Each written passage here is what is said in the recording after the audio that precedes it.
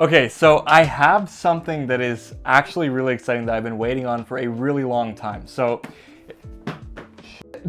if you're wondering why I have two of them, well, one is going to be the Voyager Black and one is going to be the Emerald Green OnePlus Open. Now, I have both because there was a problem with the shipment. It ended up being delayed. I went and had to order another one to make sure that it would get delivered, and then both deliveries went out for delivery on the same day, and then they got postponed again. So I've been sitting here just waiting to get these in because I've been really excited to take a look at what could possibly be the best foldable that we've had. And so, as you know, I really like the Z Fold 5. I'm a huge fan of folding devices, but this kind of fixes and checks a lot of the box that that phone doesn't. And so I'm just really excited to hop in and open it up. So I don't know which color is going to be which, but we'll go ahead and open one and then I'll show you what the differences are between the two. So let's just go for this one. So this box, actually, I've seen an unboxing. It just kind of slides open like that, and then the phone is just right there, front and center. Really cool box. You can see it like kind of pushes itself up and out. The way that they did it is actually it's pretty nice. So the phone is the first thing that you're gonna see on the top here, but can I get it out? There we go. And before I say anything, that is really light. And then underneath here, we get a bunch of accessories, okay? Something that you're probably not used to seeing with flagship devices anymore, but we actually get a charging brick. This one is, it doesn't actually say. Okay, so this one is a 67 watt charging brick, which is gonna be able to do the full 67 watts of fast charging on the OnePlus Open.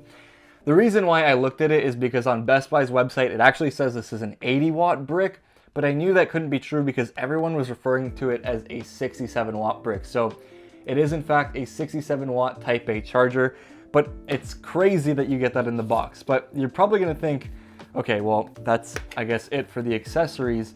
No, you get a full-on case that covers the front and back. So obviously with foldables, you need adhesive. This one is like that. So it's gonna have these adhesive strips. Yeah, so I was like, am I wrong? But no, it has an adhesive strip that you take off and apply it. And it's a really nice, like, high quality feeling case. One thing that's, you know, kind of annoying about foldables is that they are expensive. Like the Z Fold 5 here in Canada costs about $2,800, but that's not even it. Like after you buy the device, you're gonna have to look at accessories. You're gonna need a charging brick if you don't have one already, and you're gonna need a case because it's an expensive phone that you wanna protect. And having it included in the box like saves you a lot of money. These cases for foldables can easily go up to 150 Canadian. So the fact that it's just there, and I don't know, I think OnePlus did a really good job on like the presentation and the packaging and making sure that you're kind of just like ready out of the box. And then inside here we get, of course, that red charging cable. And then there are some other things inside here, like you get the SIM eject tool, of course. And then you get this like membership card, this this red Cable Club membership card. I've never owned a OnePlus phone, so I'm not, you know, entirely familiar with what I'm gonna be experiencing at all. But I think that kind of makes it exciting because it's like the first new phone really that I've kind of experienced in a while, at least. Like I'm super used to just like Samsung, Apple, Google Now, where every unboxing is like the same thing over and over again. And that's why I wanted to make a video about these, because it's so different and new to me that I actually feel like you're kind of, you know, getting something exciting here. So put that phone also to the side. Again, charging brick. And then what I want to do is pop out this case because we already seen the rest of the material. So this is a black case, of course, for the black one. And so we'll just take that off and throw everything to the side. First things first, right? I really, really want to see what these are like. That camera is huge. That is crazy. Okay. Now, the differences between the colors, it's not just a color, and you'll see what I mean in just a second.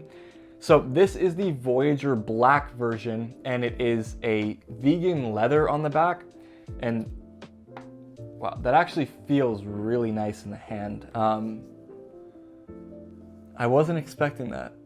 I thought it was gonna feel like a lot cheaper, and I didn't think that it would be as nice as this, but no, this feels really good in the hand. This is like, it's just unconventional, right? For like a smartphone here in Canada or North America, at least, we don't really get a lot of cool options. So having this OnePlus Open be kind of like a new competitor in the foldable scene is just something that's really refreshing. And then this is going to be the emerald green. So this is the Voyager Black, this is the emerald green.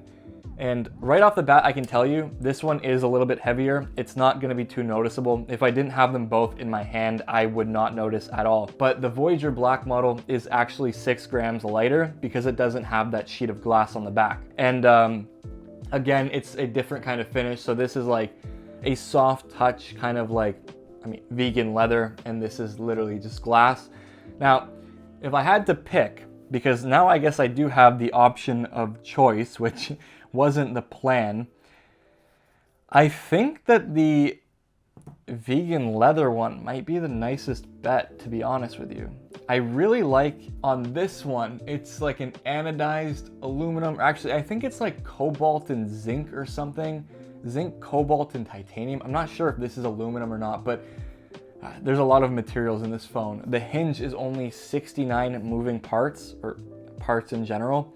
And this is the first time I'm gonna be unfolding it. Oh, wow. It literally just snaps open. Like, let's see if I can get this on the mic.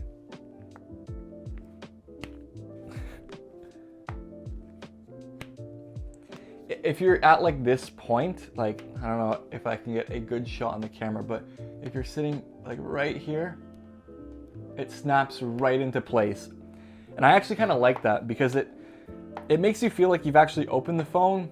I know the zfold 4, I had problems with the phone, you know, at one point not actually opening flat. And then the Pixel Fold, which I haven't experienced, but I know that phone doesn't even open flat at all. So you get this like nice reassuring click when you open it. So let me just talk about the hardware quickly, I guess, because I am kind of stunned. Like, this is a lot different from what I've experienced previously on a foldable. Immediately, I can tell you that this weighs a lot less than the other foldable devices, and it's very noticeable. Like, this is about 239 grams if you're getting this vegan leather one, the Voyager Black one. And that 239 grams, it might sound like a lot, and it kind of is for a smartphone, but it's actually 1 gram lighter than the iPhone 14 Pro Max. So if you've had any experience with that phone, you'll know how exactly this feels in the hand. But this is also smaller at 6.3 inches, which makes it a lot more easier to access all the edges of the display. And immediately you can probably tell this is a full-on like 20:9 aspect ratio display. I think that like for this form factor and how thin this device is, because it is actually quite thin for a foldable, this probably makes the most sense from what I've seen on a folding device. Because the problem that I've always been having is I love the Fold 5, but no matter how much I get used to the cover display, there are always situations where I don't find it to be the most practical. Like two-hand typing, it is very usable. It is, you know, something that I have got used to, but it's not like the best experience, and it always has kind of felt like a compromise. Another area where the Fold felt like a compromise is, even though it took great photos, it didn't really have the best sensors, and for the price of the phone, it's ridiculous. So on this one, you get a 48 megapixel, a 64 megapixel, and another 48 megapixel. I'll put it down in the video if I'm wrong, but one of these is a 3x optical, and we don't have a foldable here in North America that has an optical telephoto lens. So I can tell you, like, right off the bat, I'm gonna be really excited to jump in and mess with these cameras, because it is probably gonna be the best camera system that we've had on a foldable. It might not, you know, give better pictures than the Pixel Fold, because that camera and Google's color science and everything that they're doing is just fantastic, but I am really excited to check that out. One more thing too is this hinge is like really tiny. It doesn't protrude at all, and it just looks like it was meant to be there. I don't know, it feels very comfortable in the hand. The phone is like nicely rounded into the palm. I've never ever played around with OnePlus's software before. I've never owned a OnePlus phone, like I said, so this is gonna take maybe a little bit to get used to, but You can tell speakers, I believe there's a 3-speaker setup, USB-C port, and then the SIM slot. But one thing that is very nice about this phone is that, so these are the cases, right? And the top part always uses adhesive, and it's kind of annoying because on the Fold, the Z Fold 5 and the Z Fold 3, 4, whatever, always had the SIM slot on this top part of the device where this cover ended up resting. And because these use adhesive, it was always a pain to take the SIM card slot out, which a lot of you guys probably won't care, but for someone who switches phones a lot, you always had to rip off the case. So it meant that you couldn't really invest in a good case because no matter what, you're gonna have to take the SIM out and ruin those adhesive. So it was just kind of frustrating, but now that it's on the bottom there, it's really nice. And then this is it with the case. The case actually feels really nice in the hand. On first glance, I don't have a single problem with the hardware of this phone. Again, you get that OnePlus alert slider, so it has 3 positions. It has ring, vibrate, and silent. And then this, of course, is going to be an optical fingerprint sensor. And then you have your volume up and down here on the side, USB-C, there are 3 speakers, a selfie camera on the front. You get an inner display, well, not really an inner display camera, it's not hidden like the Z Fold, but I actually kind of like that better because it's not in the way and it is going to give you a better picture at the end of the day. The one on the Fold I found to be completely unusable, and it was just more annoying than anything, to be honest. But there we go. Really big 7.82-inch display. Both panels are 120 Hertz OLED. Both are 2,800 nits, which is absolutely insane. It's the most on a phone, at least that I know of, aside from the Oppo Find N3, which is the same phone. And then you also get 10 to 120 Hertz on the front, and then 1 to 120 Hertz on the inner display. So it is LTPO tech. I am going to spend some more time with this device, make sure I pick the right one, to be honest with you. And I'll come back and do a review after about a couple of days of use, and I'll see how it goes from there. This is a phone that I do plan on keeping because foldables have just always been my thing. I love folding phones. They just offer so much utility, and I'm really excited to check out the open canvas that this phone has, where the multitasking just allows you to like click in and out of different screens so that you have like your full screen apps instead of having to just have them side by side on such like a limited screen area. So I'm excited to check that out. Thank you all so much for watching. I'll see you all in the next one. Peace out.